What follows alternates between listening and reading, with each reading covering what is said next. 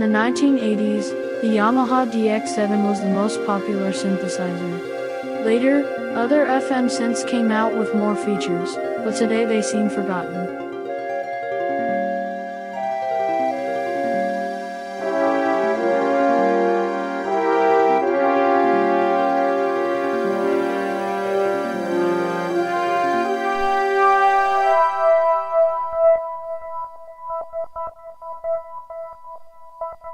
This video will compare the synthesis capabilities of vintage Yamaha instruments.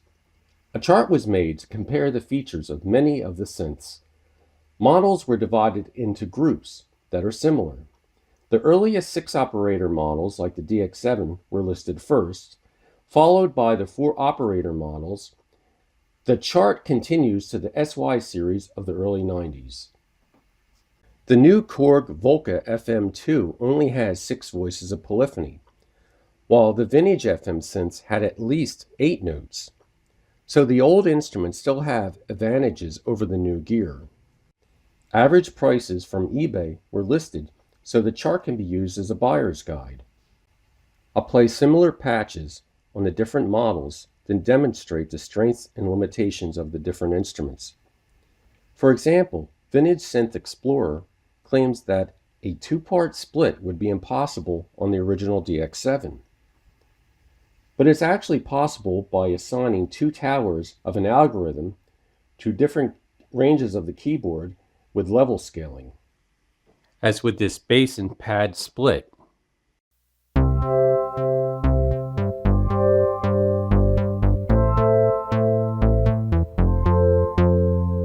Three operators were assigned to the bass range, and then the other 3 operators were for the pad.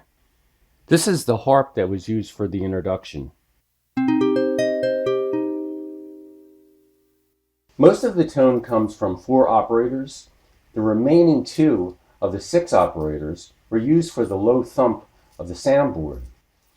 I'll mute the 4 operators so you can just hear the thump. And you have to really listen for headphones to hear that.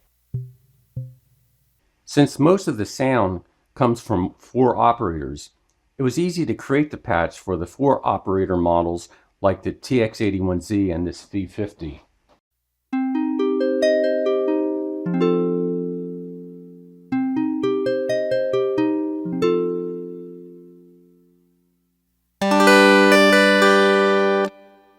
The original 6-operator models like the DX7 have an advantage over the 4-operator models because the release level can be set for the key to make a tone characteristic of harpsichords and guitars. If you listen carefully, you can hear that release tone. But the 4-operator models are great for leads. The portamento settings on the DX7 aren't as good as what I find on the V50 and the TX81Z. Apparently, Rick Wakeman thought the same.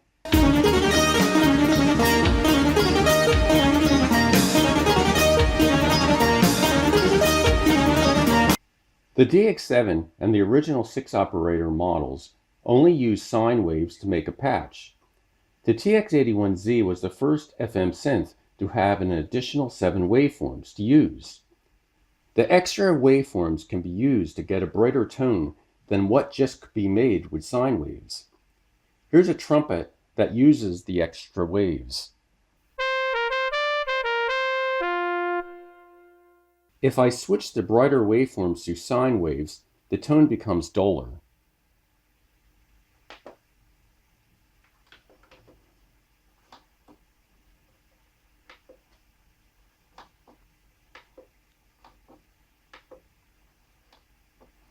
This is how the patch would sound just with sine waves. And it doesn't sound as much like a trumpet. The off-the-matrix patches for the TX81Z will work on the earlier 4-operator models like the DX21, just that the patches that use the extra waveforms will sound duller. But here's how it would sound with the extra waveforms. The V50 is the only vintage FM synth that has a built-in drum machine. The drum samples are actually better than the ones on the SY77. It's good for jamming.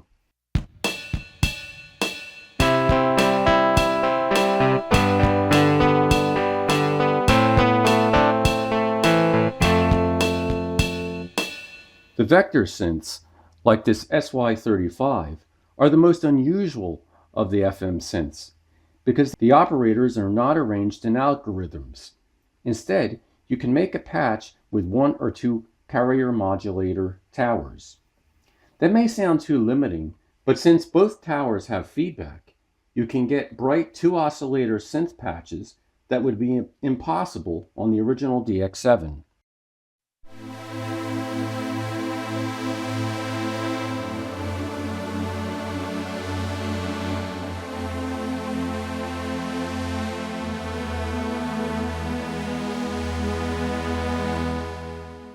The vector synths are great for pads. The SY35 has a joystick, like the Korg Wave Station, that can be used to mix layers.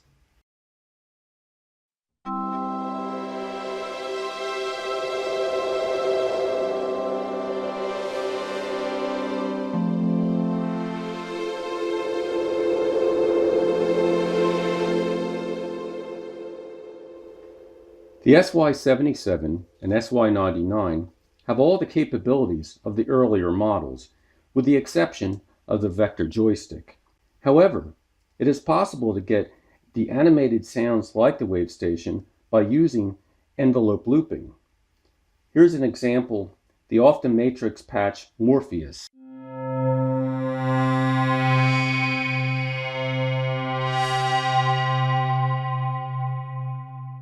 The SY99 has a unique feature of flash memory that can be used for custom samples that are preserved after the power is turned off.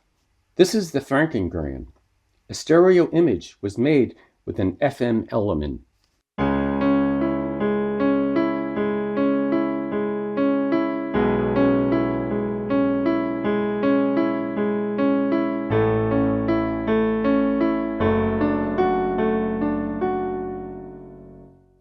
More samples were used in the mid-range, so it sounds better than any of the sampled pianos of the era.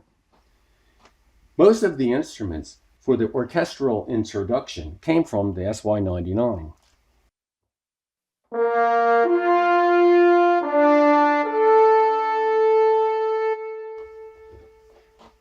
The French horn samples only use half a meg of memory, so it's really a miracle of sampling.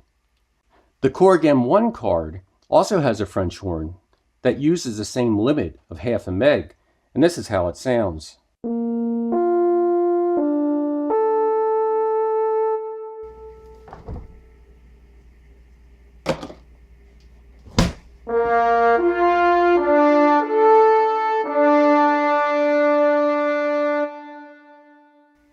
There's more I could cover, so I plan to make dedicated reviews of instruments like the V50.